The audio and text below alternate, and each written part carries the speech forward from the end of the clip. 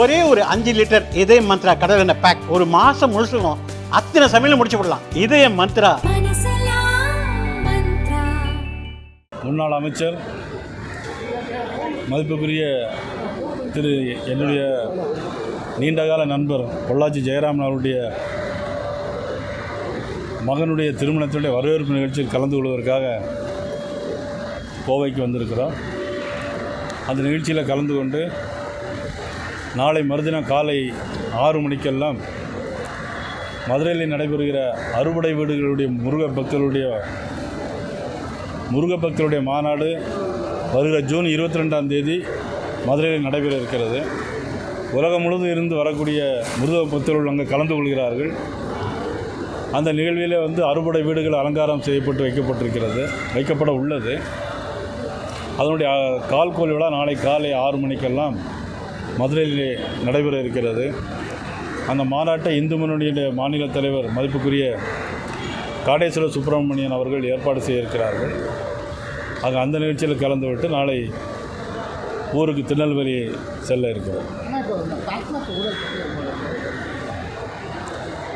டாஸ்மாக் ஊழலை பற்றி நம்ம பேசிக்கிட்டே இருக்கிறோம். ஆனால் இப்போ இடி அதில் தலையிடக்கூடாது அப்படின்னு இன்றைக்கி உச்சநீதிமன்ற தீர்ப்பு இடைக்கால தடை வழங்கியிருக்கிறாங்க. அதில் சம்பந்தப்பட்ட துணை முதலமைச்சருடைய நண்பர்களாக இருக்கக்கூடிய ரித்தீஷ் மற்றும் ஆகாஷ் அவர்களை விசாரித்தால் தெரியும் என்று இடி ஏற்கனவே சம்மந்தப்பட்டு ஆகாஷும் ரித்தீஷும் லண்டனுக்கு போயிட்டாங்க அப்படின்னு சொல்கிறாங்க. ஆனால் சில பேர் இங்கேயே இருக்கிறதாகவும் சொல்கிறாங்க. ஆனால் இடி அதை தலையிடக்கூடாதுன்னு இன்றைக்கி இடைக்கால தடை வாங்கியிருக்கிறாங்க. மதிப்புக்குரிய துணை முதலமைச்சர் உதயநிதி ஸ்டாலின் அவர்கள் நாங்கள் மோடிக்கும் பயப்பட மாட்டோம், ஈடிக்கும் பயப்பட மாட்டோம்னு சொல்லியிருக்கிறாங்க. ஆனால் 2012ஆம் வருஷம் தேர்தல் நடக்கும்போது அங்கே இந்த கூட்டணி பேச்சுவார்த்தை நடப்பதற்கு 2011 மார்ச் மாதம் மாடியில் ஈடி நடந்துகிட்டு இருந்தது. கீழே அதோடைய பேச்சுவார்த்தை ஓடிக்கொண்டிருந்தது. ஆனால் அன்னைக்கு மட்டும் ஈடிக்கு பயந்து தான் பேச்சுவார்த்தை முடித்தார்களா தெரியல. மதிப்புக்குரிய உதயநிதி ஸ்டாலின் அவர்களுக்கு அன்றையிலிருந்து இன்றையிலிருந்து ஈடி பயம் இருந்துக்கிட்டே இருக்கிறனால தான் ஈடிக்கு பயப்பட மாட்டோம்னு சொல்லியிருக்கிறாங்க. அப்போ ஏன் ரித்தீஷ் அவர்களும் ஆகாஷ் அவர்களும் வெளிநாட்டுக்கு பயந்து போக வேண்டிய அவசியம் என்ன? இதெல்லாம் நீங்கள் தான் ஊடகங்கள் தான் அதை பற்றி கேட்கணும். இப்போது திமுகவுடைய ஆட்சி காலத்தில் இதில் இந்த டாஸ்மாக் ரிலேட்டடான விஷயத்தில் இடி ரைடுன்னு நீங்கள் சொல்கிறீங்க. அதிமுக ஆட்சி காலத்திலும் ஏராளமான வழக்குகள் பதிவு செய்யப்பட்டிருக்கு. செந்தில் பாலாஜி சட்டமன்றத்திலே சொல்லியிருக்காரு, நீங்களும் கேட்டிருக்கீங்க. அதிமுக ஆட்சி காலத்தில் நடந்த டாஸ்மாக் ரிலேட்டடான வழக்குகளில் இடி ரைடு நீங்கள் கேட்குறீங்களா? கண்டிப்பாக யார் ஆட்சி செய்தாலும் என்னை பொறுத்தவரை எங்களை பொறுத்தவரையும் நீதி கண்டிப்பாக வேணும். ராஜ்யசபா சீட்டு எலெக்ஷன் நடக்குது. பாஜகவுடைய நிலைப்பாடு என்னவாக இருக்கும்போது அண்ணாமலை அவர்களுக்கு சீட்டு கேட்டு அவர் மினிஸ்டர் ஆக்கிடுவாங்கன்னு ஒரு பரவலான ஒரு கருத்து போகுது. நீங்கள் அதிமுகவில் அண்ணாமலைக்கு சீட்டு கேட்பீங்களா இருப்பீங்க? அதாவது இந்த ராஜ்யசபா தேர்தல் கூட்டணி இதையெல்லாம் பார்த்தீங்கன்னா தனிப்பட்ட முறையில் நான் சொல்ல முடியாது. இது எங்களுடைய தலைமை முடிவு செய்யும். எங்கள் தலைமை முடிவு செய்ய என்ன செய்கிறார்களோ எங்கள்கிட்ட இருக்கிறது 4 சீட் இருக்கிறதுனால தலைமை என்ன சொல்கிறாங்களோ அதுபடி கேட்போம். அதிமுக ஆதரவு கொடுக்க நான் கூட்டணியில் இருக்கிறோம். இப்போ அதிமுக ஆதரவு கண்டிப்பாக கொடுப்போம்.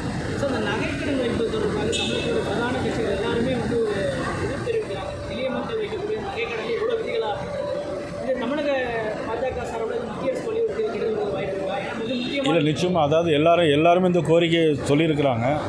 இது குறித்து நாங்களும் ஏற்கனவே எங்களுடைய கமிட்டியில் பேசியிருக்கிறோம். இது குறித்து மதிப்புக்குரிய நமது நிதி அமைச்சர் அவர்களுக்கு இது குறித்து எங்களுடைய கருத்துக்களை நாங்கள் நிச்சயமாக எவ்வளோ லகுவாக ஆக்க முடியுமோ அவ்வளோ தூரம் லகுவாக ஆக்க முடியும். இபிஎஸ் நேற்று ஒரு பொதுக்கூட்டத்தில் இந்த குடும்ப ஆட்சிக்கு முற்றுப்புள்ளி வைக்கப்படும். அதாவது நான் ஏற்கனவே மாநில தலைவராக பொறுப்பேற்ற நாளிலிருந்து சொல்லிகிட்டே இருக்கிறேன். திமுக ஆட்சினால் மக்களுக்கு நிறைய சிரமங்கள் இருக்குது. சொத்து வரி உயர்வு கூட்டியிருக்காங்க, அது 300 மடங்கு கூட்டியிருக்காங்க. அதே மாதிரி மின்சார கட்டணம் பார்த்திங்கன்னா ஒவ்வொரு வருஷமும் 6% கூட்டுறாங்க. தொழிற்சாலைகள் நடத்த முடியாது, ஹோட்டல் நிர்வாகங்கள் நிச்சயமாக நடத்த முடியாது. சொத்து வரி உயர்வு, மின்சார கட்டண உயர்வு, கட்ட பஞ்சாயத்து, கஞ்சா கடத்தல் எல்லாமே இந்த ஆட்சியில் அளவுக்கு அதிகமாக போய்ட்டுருக்கு. சட்டம் ஒழுங்கை காவல்துறையால் பராமரிக்க முடியவில்லை.